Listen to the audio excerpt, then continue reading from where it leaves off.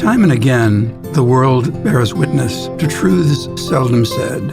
Lend an ear. We promise enlightened, informed conversation. My name is Robert, and this is Seldom Said, the place where conversation matters.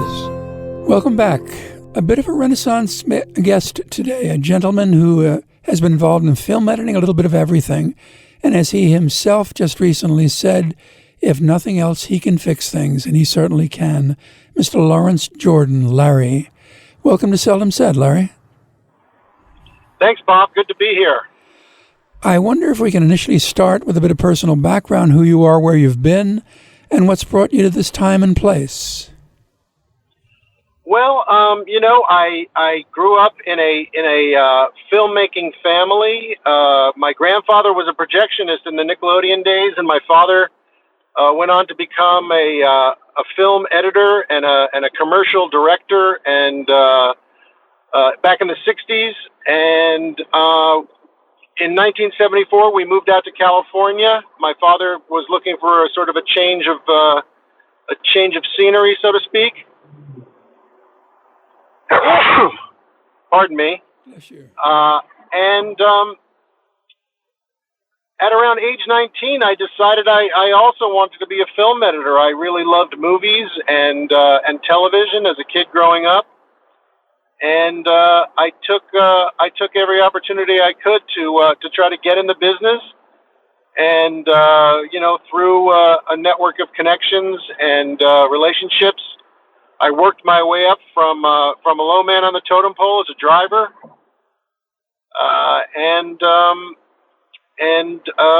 I eventually got into a rotation where I was working in feature films and on 35 millimeter film, and I did that for about 10 years. When the digital revolution came along, I was sort of like at the right place at the right time, and I saw a product called the Avid Media Composer, which was a Macintosh-based digital editing software, hardware product. And I completely immersed myself in it and became sort of one of the first experts. And that really helped my career take off. And since then, I've been really into, digital technology, both business perspective. And I've developed a couple of websites and products like that. And here we are today. I'm finishing probably my 45th or 46th project. It's a feature film for Netflix called Sextuplets, which will be released on August 16th.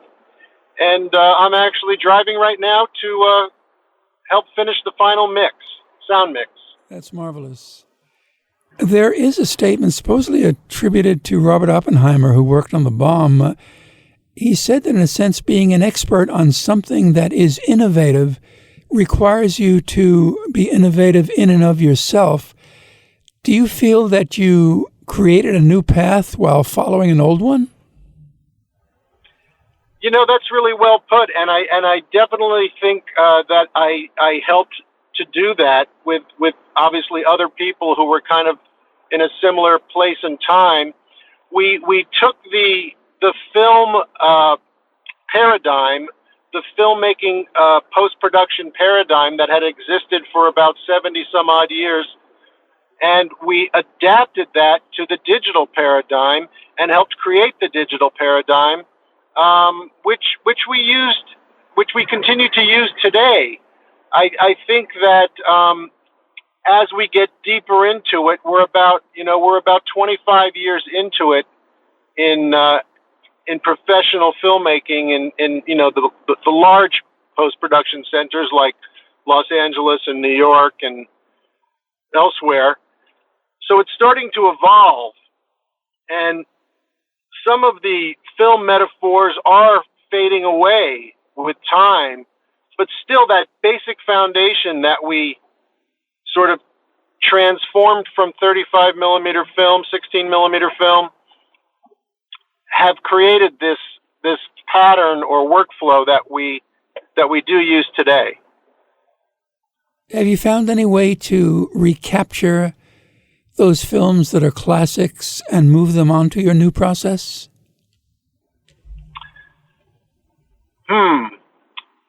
I think we're in a very changing industry with the advent of streaming media and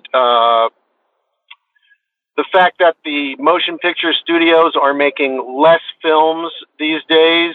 They're making more big budget tentpole films, they call them. And whereas the studios used to make 24, 26 pictures each year, they're down to 10 or 12. So I think that it's becoming much more commoditized, so to speak. I think that there is still a place for independent films and fresh voices and, artistic films, so to speak. But I think that we're sort of moving into a much more commercial space where, the product and the ancillary products and the franchise products from those films are really taking center stage and sort of predominating in the motion picture industry. Now, having said that, I think there's a lot of creative things happening. I think some of the streaming companies are really providing a lot of opportunities for, again, independent voices and fresh voices, the Amazons and the Netflixes, HBO even. But those are streaming platforms. They're not theatrical platforms. How would you separate one from the other for the layman in the listening audience?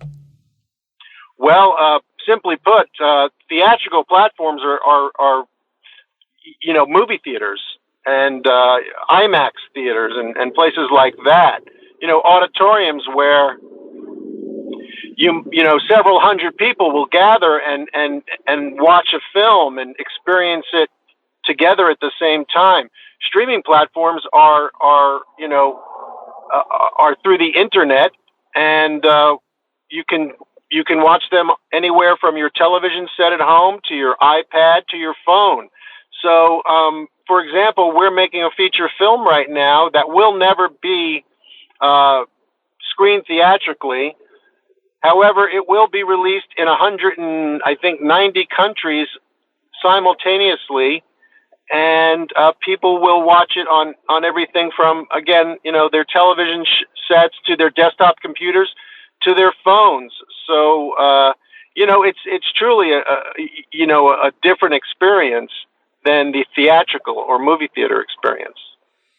Do you feel there's any inherent danger that the streaming process could eventually become just another variation of reality TV with every man an actor, every man a director, every projection a film? That's a really good question. I don't know if danger is the word, although there might be inherent danger in it. I think that we are entering a period of time where everyone can create their own television network, so to speak. That being a YouTube channel or an Instagram channel. I see more positives out of it than negatives, but I certainly am not blind to the fact that there are many negatives and nefarious sort of entities out there that want to promote and propagandize their own kind of information that could be inherently dangerous. And I think we have to be aware of that and have to be careful, but it's awful tough. These companies, are huge, behemoths. They're, global corporations and they don't necessarily listen to the concerns of people and even governments so easily. So I think it's something we have to be vigilant about. Perhaps just as a continuation of that question, Larry, do you feel that 2019 is a time where, let us say for the purpose of argument, an Orson Welles can promulgate his own innovation?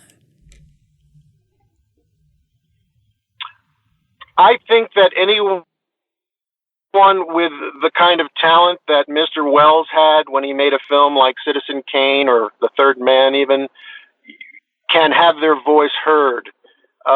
even if they have no money and no budget, and really are out there making the film. And pardon if you think this is hyperbole, but even if they're making the film with an iPhone, if they've got a unique story that resonates with the mass audience, the distribution networks will find them, and they will try to capitalize and monetize that property. So I think the digital revolution, so to speak, has enabled many more people with creativity, talent, and a story to tell to have that heard. But that's not an easy task, and not that many people have that kind of talent or the fortitude to have it to get it out there. It's really hard work to make a film, and it's really hard work to have it seen. That's really the challenge, talent and tenaciousness. But I do think, in answer to your question, that if someone like a Wells was out there making a film in his garage today or her garage today, they could get it out there. Your enthusiasm for the industry is evident, Larry. I'm wondering if you can point back to a moment, an epiphanal moment, that Damascus moment, where you just said, this is where I want to go. This is the direction I want to pursue for the rest of my life. Is there something that stands out in your mind? Yeah, absolutely. I've been asked this question before, and when I was younger, I was enamored with photography, and I'm talking really young, like from the time I was about 10 or 11 years old, and I started playing with it and shooting a lot of pictures, and then I got into the technical end of the darkroom and developing and processing, and was very fascinated by that. So initially, I thought I wanted to be a cinematographer, but even with a father who worked in the industry and all the connections we had, the Cinematographers Guild was a very, very difficult nut to crack. I also loved editing, and, I had taken a job at a camera rental house, and I was sort of, just wondering what might come of the future. And I went and saw a movie called Apocalypse Now at the Cinerama Dome. It was the midnight show, and it was in 2:3:5 widescreen. It must have been over 100 feet across the screen. And, that movie really affected me, and it really moved me. And, I thought after coming out of that theater that night that must be a fantastic way to spend your time, to create something like that. And those folks, they worked on it over 3 years, and, the director had such a brilliant vision and thing to say about war and things like that. I just thought, what an amazing combination of art and politics and the technical things that I love to do. So that was the moment. After that, I was just I'm going to do everything I can to utilize all my resources to become a feature film editor. Not just an editor, because there's all kinds of different editors. There's commercial editors and sports editors and promo editors. I wanted to be a feature film editor, and it's a pretty small group, like cinematographers, and it really took a lot of work, even though I had contacts to kind of forge a path in that direction. What advice then would you give to that person who is reflective of yourself in the listening audience, comes home from a film, has the moment, sitting in his living room thinking about tomorrow? What is that initial advice you would give him or her? Well, there's a couple of factors. I mean, if it was a kid who just saw one of the Avengers movies and, he or she was 12 years old and wanted to become a filmmaker, I would say start making films. But if it was a person who has just graduated from a film program or school of some sort, and sort of narrowed it down at this point and decided they wanted to be in one of the specific crafts like film editing or cinematography or, directing, I would say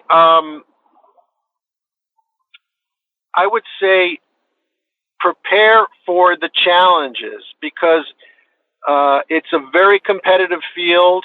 All the fields I just mentioned, they're very, very competitive. However, if you have a dream to do it, I would say stick with it and don't expect it to happen overnight, but stick with it. Persistence is what pays off in our industry to a great extent from what I've seen. People who have continued to do what they do, whether they get the kinds of projects, the kinds of projects that they envision themselves working on or want to work on, they might not get those kinds of projects for a long time. They may be stuck in some sort of, maybe if they, let's say, for example, they want to become a film editor, they want to be a feature film editor, their first job is in reality TV and they're stuck in reality TV and they don't like doing that. But stick with it and continue to grow your network and attend industry events and learn as much as you can about film, filmmaking, editing, art, psychology. All of these things are helpful as a film editor, let's say, even a cinematographer.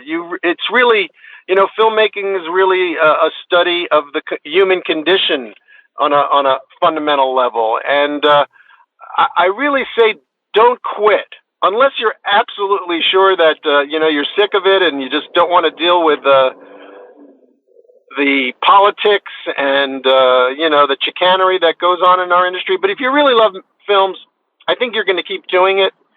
I would say stick with it.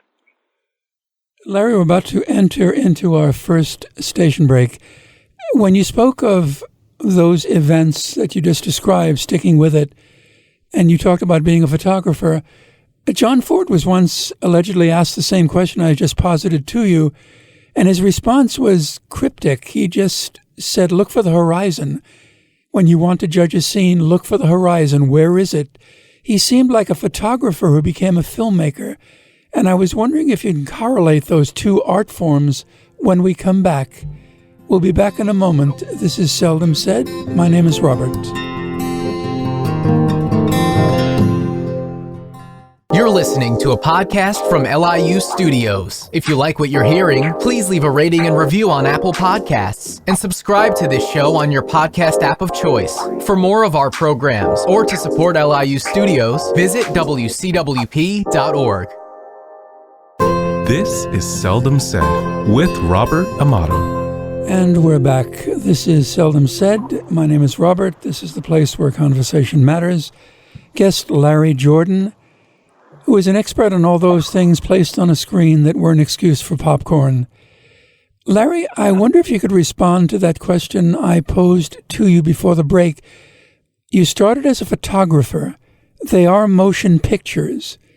Do you find the art of photography, as Apocalypse Now really exemplified, the film is a collection of scenes that stay in your mind. Do you find that art form being delineated and diluted?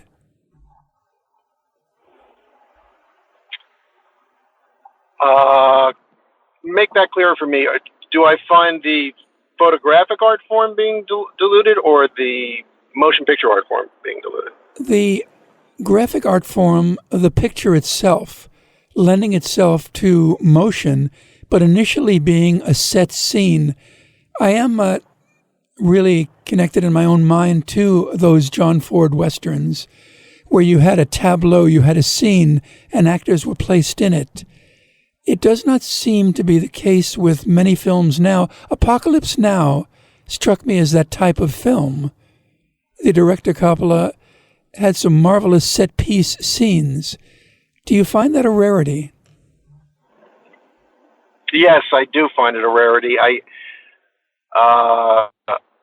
You know, when you asked that question, or when you were talking about that just now, I was thinking about Lawrence of Arabia, or or Bridge over River Kwai. We're talking about these epic films that had these amazing vistas and amazing cinematography. But I really think that they're two different kinds of art forms that sometimes have the same effect. I think that in answer to your direct question is yeah, I don't think we're seeing those kinds of visions as much anymore. I mean, occasionally you'll get a film like Roma from last year, and that had amazing cinematography. But the epic films of like the 50s and even earlier with John Ford and those kinds of directors, I don't think they tell as many of those stories anymore. I mean, it's rare that they'll give a director that kind of, those kinds of resources. I mean, Christopher Nolan will get that if he wants it. Ridley Scott will get it. People like that, but those are few and far between. I guess it's always been that way. So maybe I'm mistaken, but I think, like I said, we see a lot more kind of commercial material. The big vistas are set in manufactured CGI worlds with superheroes, and they're more apt to be comic book tableaus as opposed to tableaus of the natural world. Would you tend to posit then, Larry, that television might be the wave of the future, in that this alleged golden age of television, which was the 50s, could be transposed into the present day, and programs about people, feelings, and conversations could be paramount again? Well, in a word, yes. I think that's exactly what's happening. I think that television is the place for more basic human drama.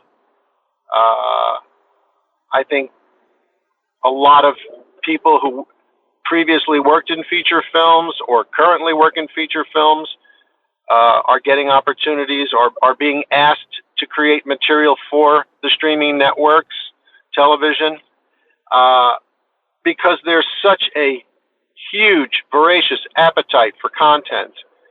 And, a lot of good content is being created. A lot of people who might not have had the opportunity to create television content for the three major networks, as it were, are now having a lot more luck having their material made for, like I said before, the streaming networks, Amazon or Netflix, Hulu, and now, of course, Disney will have a big network, streaming network that we can subscribe to.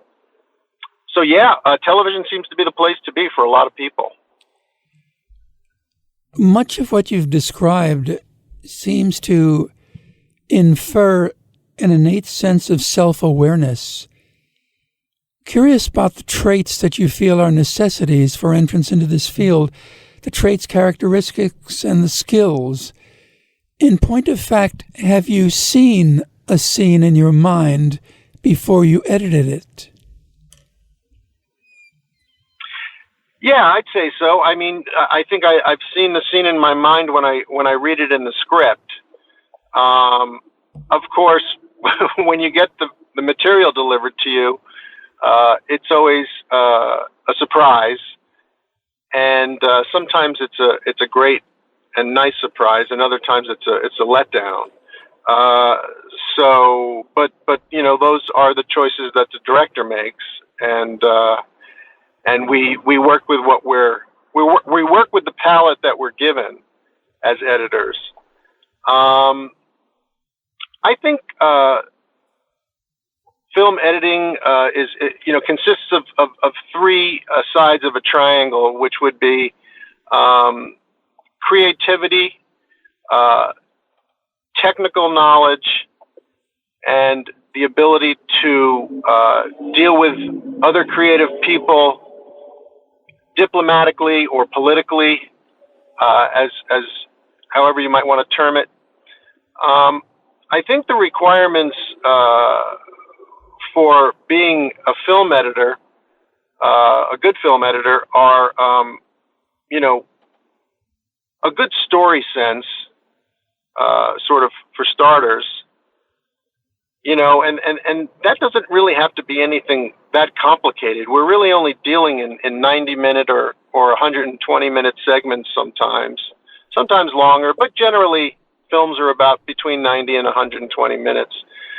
So you want to know where the story's, engaging and less engaging, and maybe tonally appropriate or inappropriate, and and then what you're doing is you're really diving into, performances to look for authenticity from an actor.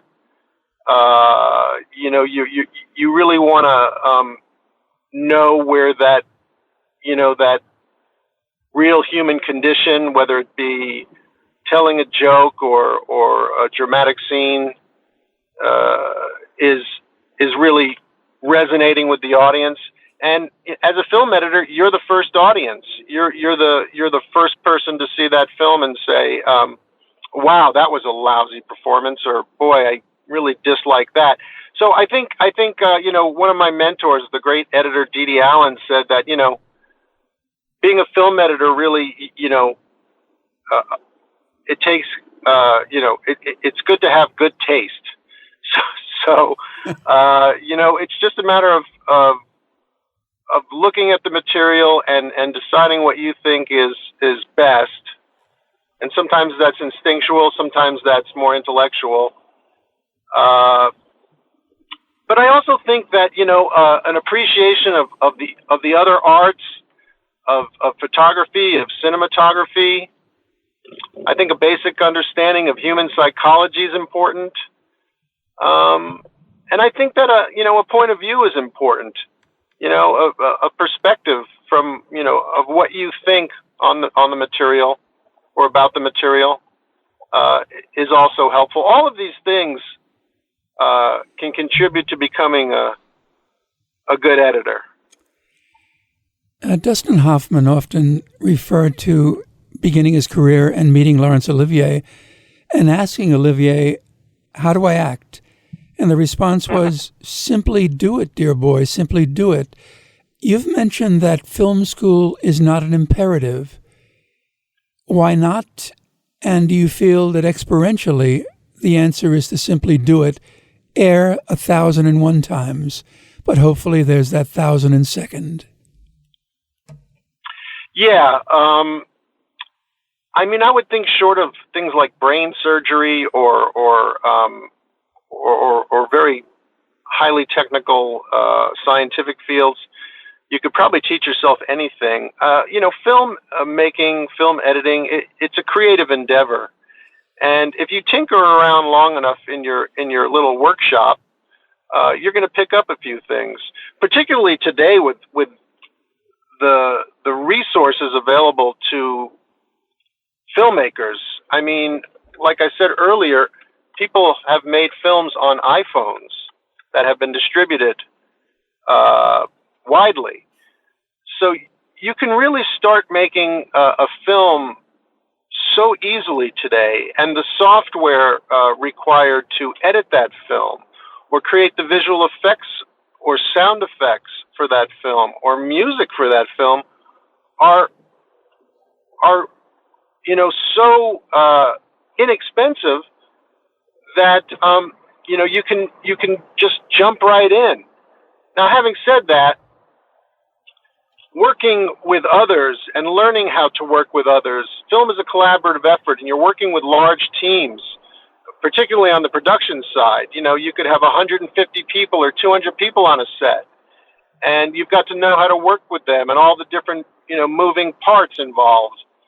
So going to film school and taking a practical, sort of production and post-production course is going to help you immensely, because a lot of questions will be answered, from a technical standpoint. And again, you have an opportunity to study other things like, literature and art and things like that. So I think you would really come to the industry with a more well-rounded, sort of outlook on things.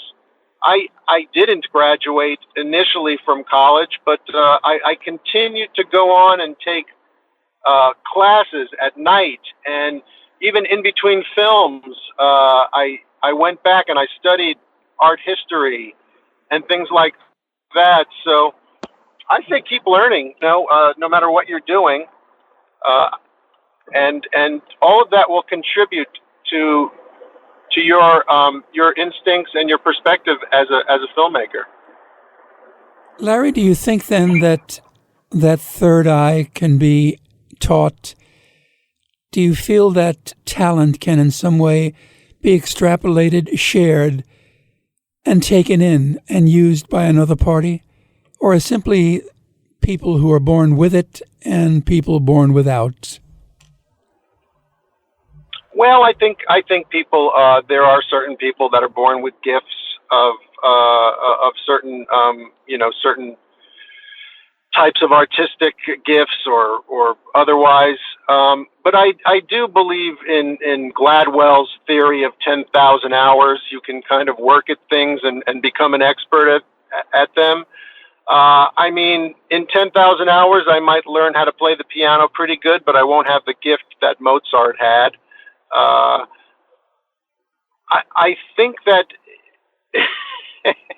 in our capitalist society, anybody can pretty much learn how to be good enough to earn a living at something after working at it for a fairly, extended period of time and really being committed to it.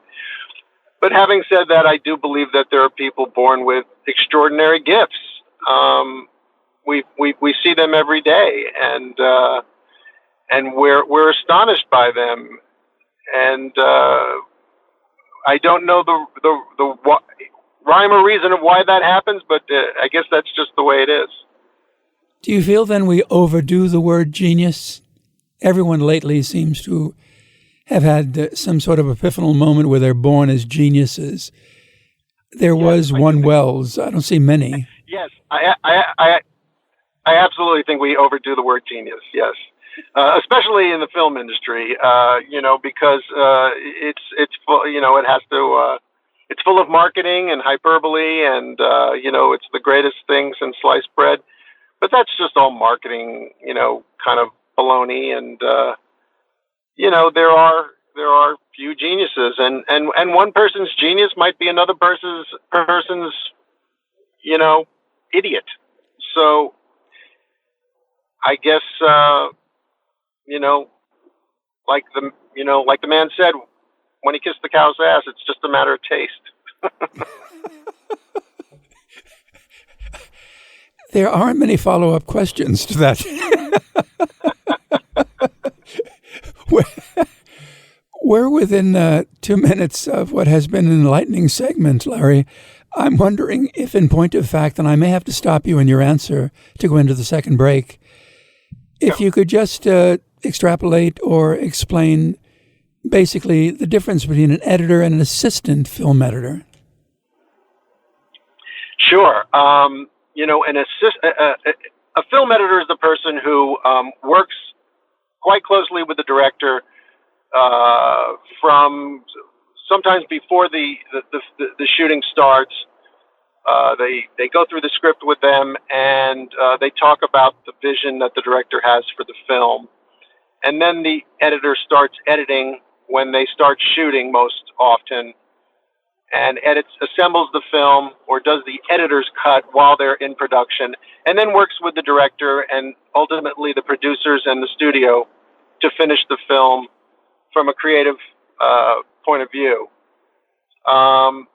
The assistant editor is much more of a technical right-hand person to the editor.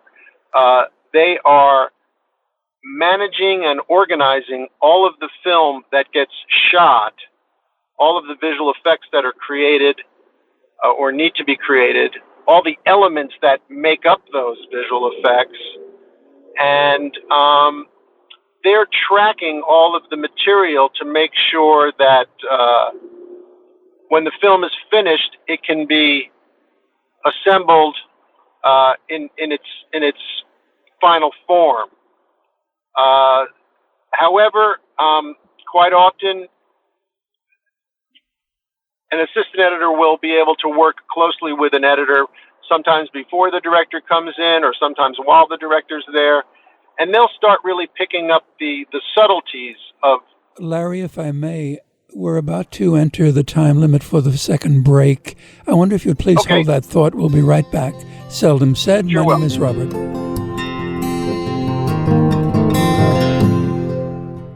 You're listening to a podcast from LIU Studios. If you like what you're hearing, please leave a rating and review on Apple Podcasts and subscribe to this show on your podcast app of choice.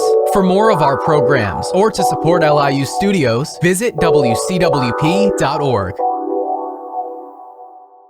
This is Seldom Said with Robert Amato. Welcome back. The program is Seldom Said.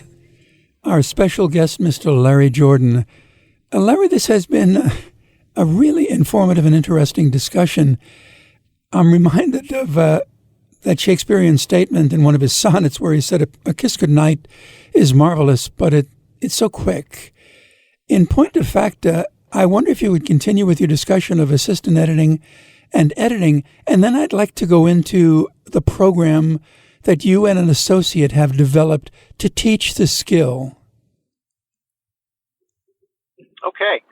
Well, I was starting to talk about when an assistant gets the opportunity to work with the editor, they can, often really start picking up some of the subtleties of the craft, seeing how an editor works with the director. This actually was something that was much more available to assistant editors when we were working on 35 millimeter film. And that was because of just the physicality of the film. We didn't have to send it over a network. We had to pick it up often in a film box and bring it into the editor's room, and quite often look for little frames or trims, as they were called. And you would really spend time and quite often get the editor's point of view about what they were doing in the scene and their relationship with the director and how they felt about this, that, and the other. It was a much more kind of an interactive experience. Today, we're much more siloed as digital workers. And quite often, I might not see my assistant for the entire day because I will be texting them over WhatsApp and asking them questions that way. However, I encourage my assistants to participate in the process when it's appropriate, and we have the opportunity. And I also encourage my assistants to take the opportunity to cut some scenes themselves when the time is right. That's how you learn how to become an editor. Reflecting back to what we were talking about before, you do it. And obviously, when you're working on a feature film for a major studio or a network, you're working with pretty quality material. You've got a lot of coverage, and you can really kind of sink your teeth into it. So, although the assistant editor's role is quite technical, there are a lot of opportunities to kind of flex their creative muscles. Especially these days, because the editor is so busy these days with the volume of film that is shot, because of digital, because there's no costs involved with developing and printing the film, we as editors are getting so much more material to work with that almost all of our time is taken up just by trying to wade through the material and carve a story out of it.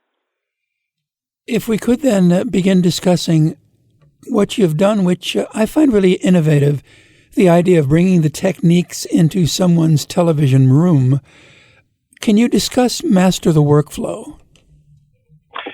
I'd be happy to, and thanks for asking about it. All of the crafts, have sometimes been accused of being, an old boys club, and for years, they actually were. They were not just an old boys club. I mean, there were many women film editors. In fact, many pioneers were female. However, the ability to learn the craft, the ability to really see what happens in a film editing room, still to this day is a mystery to so many people. And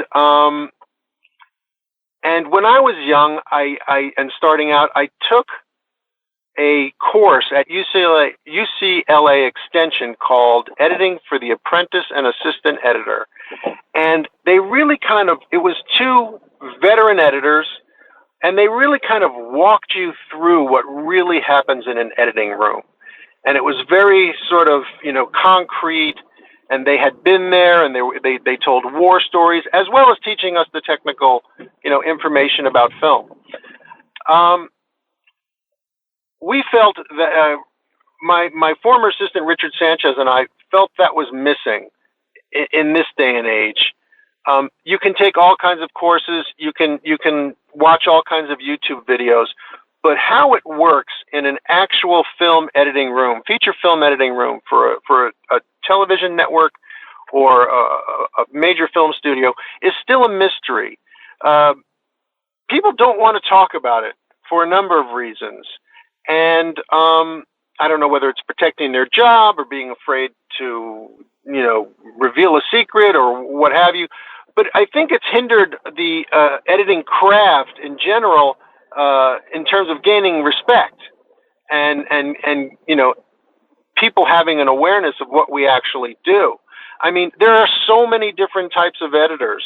There are film editors, picture editors, there are sound editors, there are music editors, there are visual effects editors, there are assistant editors, there are assistant visual effects editors. I mean, it goes on and on. Some film crews on bigger films, some film crews on bigger films can be quite large. And, young people coming out of school or people wanting to enter the industry sometimes have no idea of all the different kinds of opportunities that are available to them. So what we did was we created this course and we made it available online. It's 14 hours of material. It's broken into 6 modules and 32 lessons. And we really take the student from before he or she even gets the job, and before they start shooting, to their first meeting with their editor, all the way through the different processes and tasks that will be required of them throughout the post-production process, to final finishing and delivering to the studio. And Richard, who actually teaches the classes, is really one of the top-notch people in town, and he actually just recently got bumped up to visual effects editor on George Clooney produced Catch-22 for Hulu. And Richard really gives a very, very detailed description of every skill and task required of an assistant editor on either feature films or television shows. Because they've become almost the same because of streaming. There aren't the same kind of differences that there once were. And, he and I, we created an outline together, and then he recorded the course, and then we worked on each segment together, and we edited it, and we put it out there, and the response has just been phenomenal.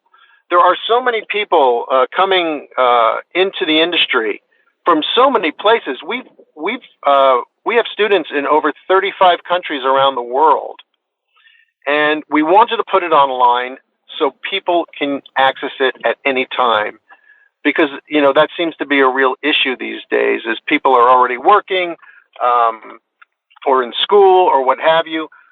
So again, like I said, the response has been really phenomenal, and we're going to continue to develop additional courses and refine this one. And it's been a thrill, because passing this on, this craft on to other people and newcomers to the industry is tremendously gratifying. And it's always so exciting to see people who are excited about the craft, like yourself. It's a weird little animal, and and it's nice when you find that you're not the only one who loves it. This is true. This is certainly true. Taking that a step further, then, with your creation of an internet community, speaking of tupop.com and Final Cut Pro, do you ultimately see this as a self-perpetuating device, where individuals will have learned and they in turn will add something and then share? Well, that would be great. I would love that. I would love if it had an element of that. I think that's kind of the nature of the internet itself. And there is an element of that already in our groups, our private and public groups, where we get to talk to people and answer their questions and give feedback when asked. But entirely self-perpetuating, I'm not sure. Because what our sort of unique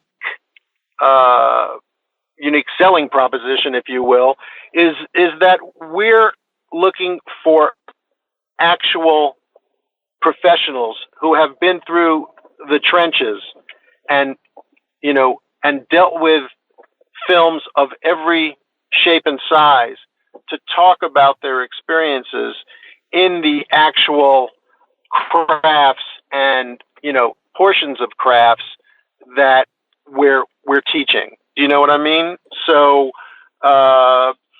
we don't necessarily want people who just are experts at a piece of software, so to speak. We want people who also have the sort of environmental experience of working on a film and dealing with the problems that come up and solving those problems. This then, to underline what you just said, is not a field for dilettantes.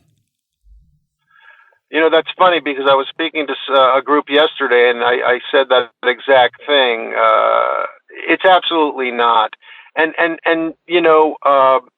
sometimes you see people online in groups, and they talk about the hardships of working in post-production or production, and I don't want to seem like a hard ass or anything, but this isn't for the faint of heart.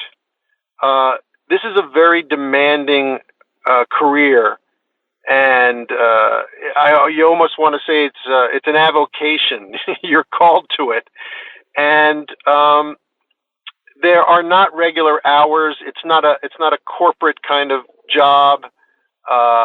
And then there's the freelancing aspect of it, where you can be off for months at a time, or things like that. So you really have to love it, and you really have to be dedicated to it. And if you're not ready for that kind of lifestyle, then you should think twice about committing to it, because there are a lot easier ways to make a living. I am wondering, and we're within 4 minutes of the end of what has been a marvelous program. Perhaps we can do it again, Larry. I'd love to. Your future plans, you've done so much. Whence do you go from here? Well, I'm really interested in continuing to develop, on a personal level, my own sort of artistic sensibilities. I've recently bought a new digital camera, and I'm taking a lot of pictures with it, and I'm teaching myself Adobe Lightroom, which I think is a fascinating program. I want to spend more time with my youngest son. My other children are grown, and sort of maybe spend a little more time with him as he's only 11. He'll be 12 in October, and kind of nurture him in what he wants to do, with his time and life and school and things like that. I'm looking forward to continuing to cut films as they come up, and I have a very good relationship with the director that I'm working with right now, Michael Titus. This is our third film together, and if Mike comes up with another film that he wants me to cut, it would be a pleasure. But I'm kind of, I'm not as chomping at the bit as I used to be when I was younger. I'm trying to enjoy the fruits of my labor a little bit more, but continue to try to grow and learn and stay creative. And, I'm very interested in what some of these people are doing in places like YouTube. There are some tremendously talented creators out there that are not only making films, but teaching about how to make those films and things like that. So, I'm certainly toying with the idea about maybe making my own films, and those kinds of things, and continuing to grow, all of that contributing to continue to grow Master the Workflow as a company. If you were to click your heels, snap your fingers, close your eyes, and go 2 stars to the right, is there a film and a topic you would love to approach, you would love to make? There are so many, Robert. And I think about ideas like that every day. In fact, I was talking with the director yesterday. We were recutting some music with our music editor, and somehow we got on the topic of the director's high school and college experience of being a wrestler. And he was telling all kinds of stories and things like that. And I said, gosh, that would be a fascinating documentary, just the high school wrestler experience. So, it's like sometimes we get lost because it's such a big view.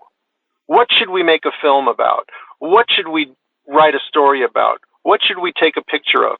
And sometimes the world seems so overwhelming, but you know what? If you just drill down into these little stories, if you just draw a picture of the bricks on a wall, not the whole wall, you can really come up with some great artwork or material or whatever. So there are just so many stories that I think need to be told, and that's one of the reasons why I'm hoping to train more people entering or wanting to enter the content creation business, I guess as they're calling it now, about how to do that and do it myself.